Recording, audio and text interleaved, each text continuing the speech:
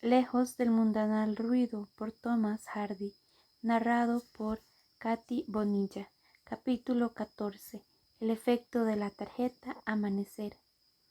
En el crepúsculo de la tarde de San Valentín, Bollywood se sentó a cenar como de costumbre, junto a un radiante fuego y leños viejos. Sobre la repisa de la chimenea delante de él había un reloj coronado por un águila de las alas extendidas, y sobre estas estaba la tarjeta que Bathsheba había enviado. La mirada del hombre soltero se fijaba de continuo en ella, hasta que el gran sello rojo se transformó en una mancha de sangre en su retina. Mientras comía y bebía, leía imaginariamente las palabras de la tarjeta, pese a estar demasiado lejos de su vista. Cásate conmigo. La descarada petición era como esas sustancias de cristal que, por ser incoloras, adoptan el tono de los objetos que la rodean. Allí, en la quietud del salón de Bollywood, donde todo lo que no fuese grave no tenía cabida y el ambiente era el de un domingo puritano que se prolongaba durante toda la semana, la tarjeta y su sentencia se desprendían de su origen irreflexivo para imbuirse en la profunda solemnidad que le conferían sus actuales complementos. Desde que recibiera la misiva esa mañana, Bollywood sentía que la simetría de su existencia se distorsionaba lentamente en la dirección de una pasión ideal. La alteración fue como las primeras algas flotantes para Colón, una despreciable pequeñez que inusitaba las posibilidades de una grandeza infinita. La tarjeta debía tener un origen y un motivo. El hecho de que este último fuese de íntima importancia para su propia existencia era algo que Bollywood, claro está, no sabía, y semejante explicación no se le ocurrió siquiera como posibilidad.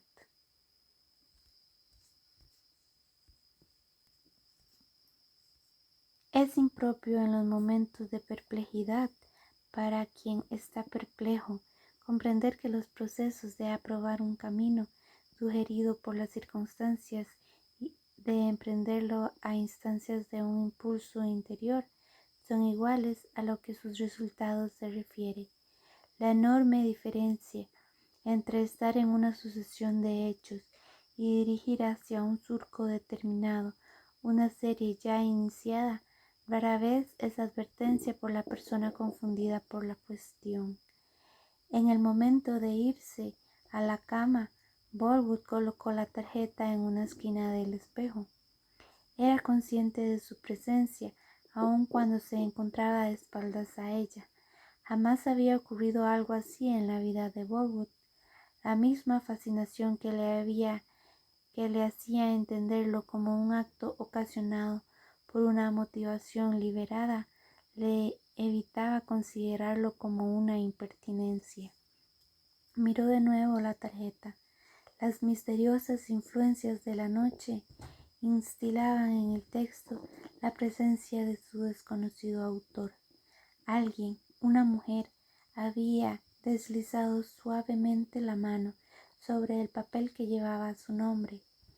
Los ocultos ojos de ella habían observado cada curva de las letras, mientras el cerebro se lo había imaginado a él. ¿Y por qué habría de imaginárselo?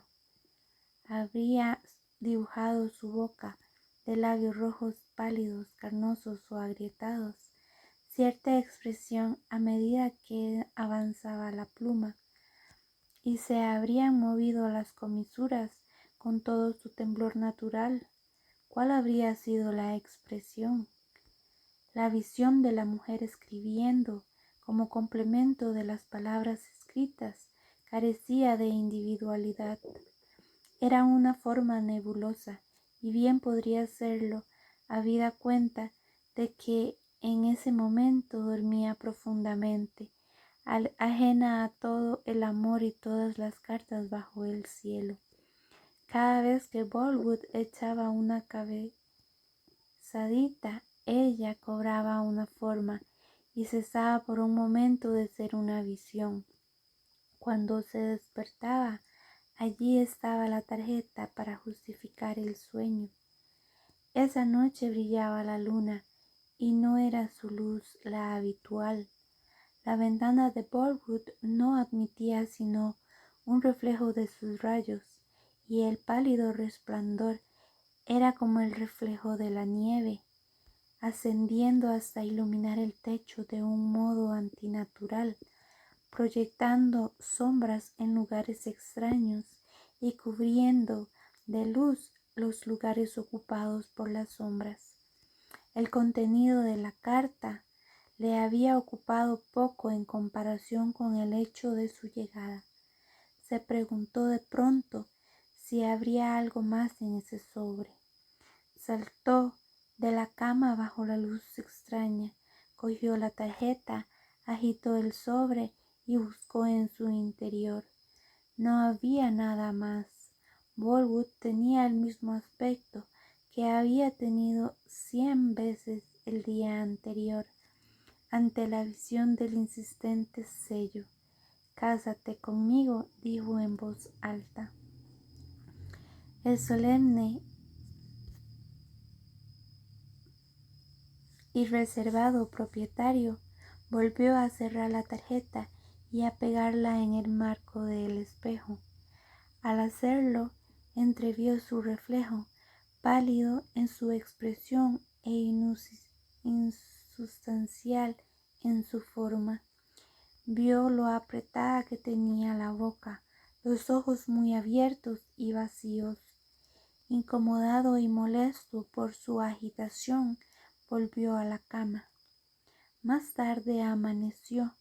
Toda la fuerza del cielo claro no igualaba a la del cielo cubierto de mediodía, cuando Bolwood se levantó y se vistió. Bajó las escaleras y se dirigió hacia la puerta de uno de los campos situados al este, donde se apoyó y se detuvo a contemplar cuanto lo rodeaba.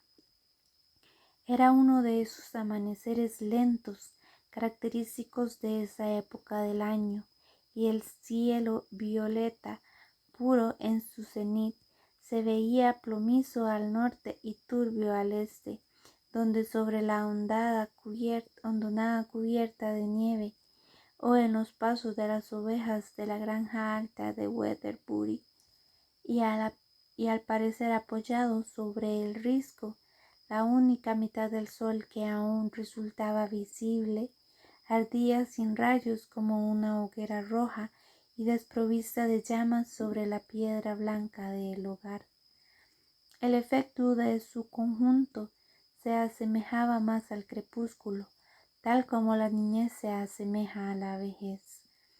En otras direcciones, los campos y el cielo tenían el mismo color a causa de la nieve, de tal suerte que era difícil determinar con una mirada apresurada dónde se encontraba el horizonte, y había en general esa misma inversión sobrenatural antes mencionada de la luz y las sombras que alteraba la perspectiva cuando el estridente brillo natural del cielo se advierte sobre la tierra y las sombras de la tierra se reflejan en el cielo. Al oeste colgaba la luna inútil, apagada y teñida de un color amarillo verdoso como el latón bruñido.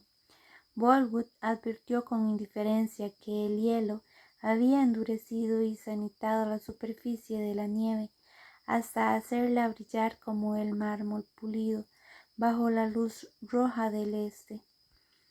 En algunas zonas de la ladera, la hierba marchita, encerrada entre carámbanos, asomaba bajo el suave y pálido manto, retrocediéndose y enlazándose como el cristal de Venecia, y que las huellas de algunas aves que habían correteado sobre la nieve, mientras ésta caía blanda como la lana, se habían congelado para cobrar una breve permanencia. El sonido amortiguado de una rueda interrumpió su contemplación. Bolwood se volvió hacia el camino. Era el carro del correo, un destartalado vehículo de 2 ruedas apenas suficiente para resistir una ráfaga de viento. El conductor le entregó una carta.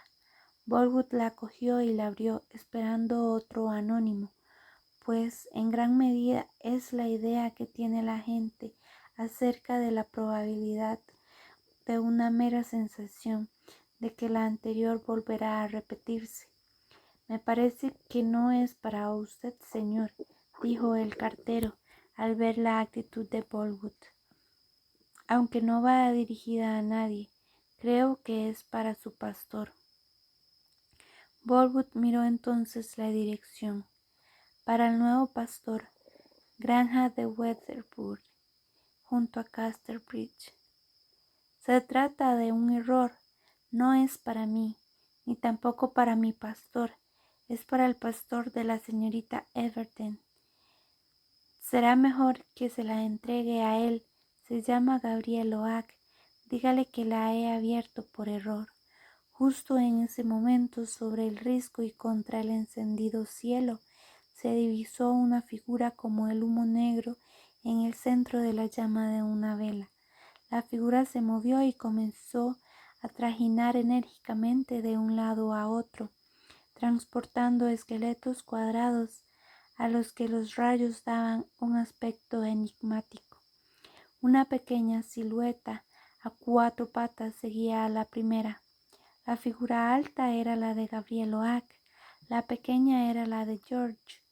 Lo que transportaban eran vallas. Aguarde, dijo Bolwood, ese hombre que está en la colina. Yo mismo le entregaré la carta. Para Bolwood había dejado de ser una simple carta dirigida a otro hombre. Era una oportunidad. Con el rostro cargado de intención, se adelantó en el campo nevado. En ese momento, Gabriel bajaba por la colina hacia la derecha. El resplandor lo alcanzó entonces, extendiéndose hasta el lejano tejado de la destilería de Warren.